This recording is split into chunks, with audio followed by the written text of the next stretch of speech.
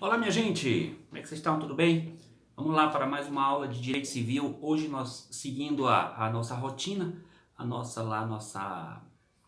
nosso esquema da parte geral, nós hoje vamos falar sobre capacidade, certo? Assunto importante que tem grandes desdobramentos ao longo do próprio código. Quando você vai dar contratos, você tem que saber capacidade. Responsabilidade civil, você tem que saber capacidade. Obrigações, tem que saber capacidade. Ou seja, a capacidade está praticamente em todos os polos lá do direito. E é por isso que você vai prestar muita atenção, é por isso que você vai ficar atento a tudo que eu vou dizer, certo? Para que a gente possa sair dessa aula sabendo exatamente o que é capacidade. Antes da gente definir capacidade, eu quero colocar para vocês algumas diferenciações que são extremamente importantes. A primeira, qual é a diferença entre personalidade jurídica, capacidade de fato, capacidade de direito e legitimação? Ou legitimidade, como alguns dizem que é termo processual e material, a gente vai falar disso já já, certo? Olha só, a personalidade jurídica ela é caracterizada pela possibilidade, certo? É um tipo de possibilidade do cidadão para que ele titularize direitos e obrigações. Quando nasce a personalidade jurídica, segundo a teoria natalista, a personalidade jurídica nasce no momento que se nasce com vida. Ali começa a personalidade jurídica, a partir do momento que ele nasce com vida, certo? Ora, isso é personalidade jurídica. A partir daquele momento que ele nasce com vida, ele passa a ter direitos e obrigações frente à sociedade, frente aos atos. Agora, o que é a capacidade de fato? É o que alguns doutrinadores conceituam que capacidade é a medida da personalidade. Personalidade é ampla, certo? É como se fosse o teto da casa. E a capacidade de fato, é a capacidade que você tem para praticar os atos da vida civil. Essa capacidade ela é adquirida aos poucos, ou ela pode nem ser adquirida, certo? Então, capacidade de direito vai ter indiscutivelmente. Nasceu com vida vai ter. Capacidade de fato sempre vai ter? Não. Porque nós vamos ver daqui a pouco por que a capacidade de fato, ela nem sempre a pessoa tem a capacidade para praticar determinado ato, certo? A capacidade de direito nasce com o parto, nasce com a vida, nasceu com vida, é a capacidade de direito, está ali presente, a partir daquele momento é a capacidade de direito, se confunde muito o conceito com o de personalidade jurídica. Ora, e a legitimidade? Legitimidade, aí é que muita gente confunde capacidade com legitimidade. Capacidade é você praticar os atos da vida civil. Legitimidade é você ser parte legítima para praticar aquele ato, certo? Para praticar aquele ato. Então, observe que muitas vezes eu posso dizer assim, ó, é possível que eu tenha uma pessoa que tenha capacidade de direito, mas não tenha capacidade de fato? Sim, com certeza, capacidade de direito, mas não tem capacidade de fato. Capacidade de direito ela adquiriu ao nascer, capacidade de fato para aquele ato determinado ela não tem, certo? O menor de 16 anos, considerado absolutamente incapaz, ele não tem capacidade para praticar atos da vida civil sozinho, ele precisa ser representado, certo? Então, a legitimidade é justamente a legitimação para praticar esses atos, certo? Para praticar esses atos. Então, a legitimidade, muitos dizem que é um termo processual, inclusive sendo uma das condições da ação, a legitimidade das partes para que você vá a juízo, certo? Então, essas são diferenças importantes que vocês precisam efetivamente saber, certo? Personalidade jurídica e capacidade de direito adquire ao nascer, ok? Personalidade jurídica, você pode titularizar direitos e obrigações. Capacidade de fato é a capacidade para praticar os atos da vida civil, certo? E a legitimidade é a possibilidade de praticar determinado ato. Aquele determinado ato só pode ser praticado por quem é legítimo, ok? Bom, dentro do nosso direito material, dentro do Código Civil, você tem a divisão da chamada teoria das incapacidades. Essa teoria das incapacidades até 2015, até 2016, né, quando entrou em vigência a Lei 13.146 de 2015, que o Estatuto da Pessoa com Deficiência. Esse estatuto veio alterar radicalmente a teoria das incapacidades no nosso modelo do Código Civil, certo? Eu posso dizer a vocês hoje nós só temos como absolutamente incapaz no nosso direito o menor de 16 anos, mais nenhum. Até 2015, quando a lei foi aprovada e a vigência foi em 2016, nós tínhamos dois incisos que estabeleciam a questão da enfermidade e a falta de discernimento. Ou seja, tudo ligado à questão de deficiência mental. A Lei 13.146 veio e disse, olha, a partir de agora, essas pessoas que vocês estão dizendo que tem algum tipo de doença ou não pode exprimir sua vontade, elas são plenamente capazes. Então, hoje, se você estiver estudando o Código Civil que não tenha a nova redação dada pela Lei 13.146, tenha cuidado, porque absolutamente incapaz hoje só os menores de 16 anos, certo? Então, essa lei, ela veio contemplar uma parcela da população que a própria lei chama de deficiente. O que é uma pessoa? O que é deficiência? É aquela pessoa que tem uma deficiência de longo prazo. Longo prazo, certo? Essa deficiência tem que ser de natureza física, mental, sensorial, intelectual. Qualquer deficiência de longo prazo que essa pessoa tenha nesses 4 ramos, ela é considerada deficiência, ela está inserida no rol da Lei 13.146. Então, para ficar bem claro e você não esquecer, memoriza, certo? A Lei 13.146 alterou o artigo 3º, que fala da incapacidade absoluta. Hoje, só quem é incapaz absolutamente, os menores de 16 anos, certo? Só esses que são incapazes absolutamente. Ora, antes do advento da 13.146, existia em larga escala nos nossos tribunais o Instituto da Curatela. A curatela, depois da Lei 13.146, ela se tornou uma medida extraordinária. E é uma medida que ela só tem função agora para as questões patrimoniais e negociais, certo? Então, a curatela, que é uma medida judicial, o que é a curatela? A curatela é quando você coloca um curador para administrar os atos do maior incapaz. Maior incapaz. Se for menor, é tutor, hein, gente? Maior é incapaz, menor é tutor. Então, se o cidadão é maior e é incapaz, ele pode ser submetido à curatela. Só que esta curatela, hoje, ela passa a ser uma medida extraordinária. Por quê? Porque a lei veio justamente para dar essa liberdade, para inserir, para criar a isonomia do deficiente na sociedade. Certo?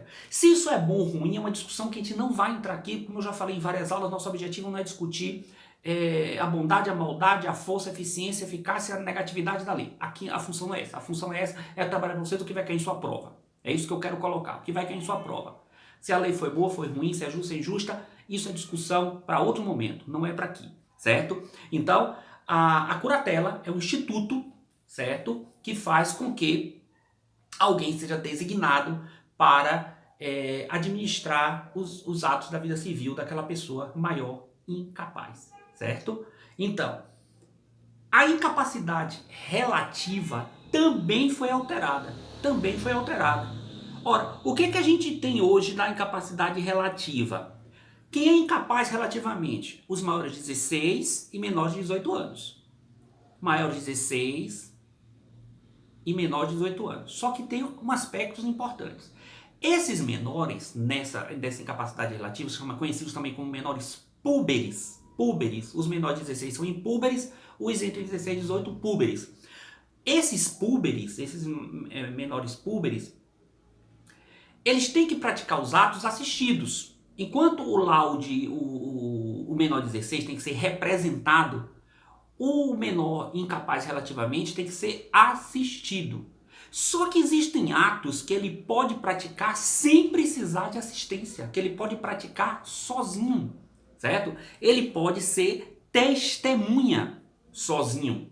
ele pode ser testemunha, ele pode receber poderes da procuração, ser mandatário de procuração, certo? Ele pode ser mandatário de procuração, mas sabendo que o mandante não poderá ajuizar ação contra ele se ele agir de forma inadequada, não pode. Mas ele pode ser mandatário de procuração, ele pode votar, não é verdade? Ele pode votar entre 16 e 18 anos, o voto é facultativo. Então, são algumas atribuições que ele não precisa estar assistido para fazer. Ele pode livremente fazer, ok? Bom, ainda o Código de 2002 falava dos ébrios habituais, dos viciados em tóxicos e aqueles com deficiência mental. Ora, aí veio a Lei 13.146, epa, tira a deficiência mental daí, deixa só ébrios habituais e viciados em tóxicos, certo? Aqueles que tivessem o discernimento reduzido, o Código Civil 2002 traz isso na incapacidade relativa, a Lei 13.146 também tirou, certo? E os pródigos, olha, quem são os pródigos? O que é prodigalidade? Pródigos são aquelas pessoas que gastam, que dilapidam o seu patrimônio de forma descontrolada, certo? Descontrolada. Então o pródigo ele pode receber uma ação de interdição em que será nomeado um curador, mas esse curador exclusivamente para os atos patrimoniais e negociais. O pródigo pode casar? Claro. Agora, se ele casar, ele pode casar sem precisar de curador, mas pelo regime da comunhão parcial de bens. Se ele quiser fazer um pacto antenupcial, determinando um outro regime de bens, aí precisa de curador. Olha, atento isso aí, isso é questão boa de prova sobre os pródigos. Olha, os pródigos, eles, se interditados, eles só poderão casar, sim, regime de comunhão parcial de bens. A lei diz isso claramente, certo? Se por um acaso eles quiserem firmar um tipo de pacto, um tipo de regime diferente que seja da comunhão parcial de bens, isso só pode ser feito por meio de pacto antenupcial, a gente já viu isso lá em casamento, na aula de casamento. Ele não poderá fazer isso sem que exista o curador. O curador terá que dar essa autorização, certo? Então, hoje, quem são os relativamente incapazes? Os menores entre 16 e 18, os ébrios habituais, os viciados em tóxicos, e aí veio o acréscimo. Aqueles que por causa transitória ou definitiva não possam exprimir a sua vontade. Dê um exemplo, uma pessoa que estiver em coma, uma pessoa que estiver no leito do hospital, essa pessoa torna-se relativamente incapaz. Por quê? Porque ela está com o seu... não tem como exprimir a sua vontade de forma absoluta. Pode ser causa transitória ou definitiva. Ela vai ser também classificada como relativamente incapaz. E permaneceu também a questão dos pródigos como atos de relativamente incapazes, certo? Ora, e o ato praticado por menor? Como é que fica o ato praticado por menor? Ele é um ato anulável. É anulável. Por que ele é anulável? Porque ele pode ser convalidado, certo? Ele pode ser convalidado pelo curador. Ele pode ser ratificado pelo curador, se não trouxe prejuízo. Só que aí vem uma coisa que é importante, muito importante. O ato praticado pelo menor púbere, o impúbere não, viu? O impuro é nulo. Pelo menor púbere, entre 16 e 18 anos, este ato, se ele ocultou a sua idade, ou ele declarou-se maior, esse ato é válido. Esse ato passa a ser válido. E qual era a intenção do legislador quando fazia isso? Proteger o terceiro de boa fé. Ou seja, o cidadão, para fazer um negócio jurídico com alguém que aparentemente não dava para ter certeza da idade, teria que pedir uma declaração de que ele era menor, que ele era maior, certo?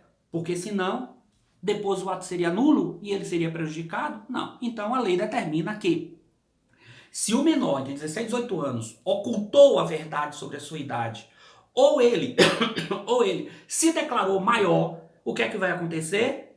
Esse ato é válido para o direito. É válido para o direito, certo?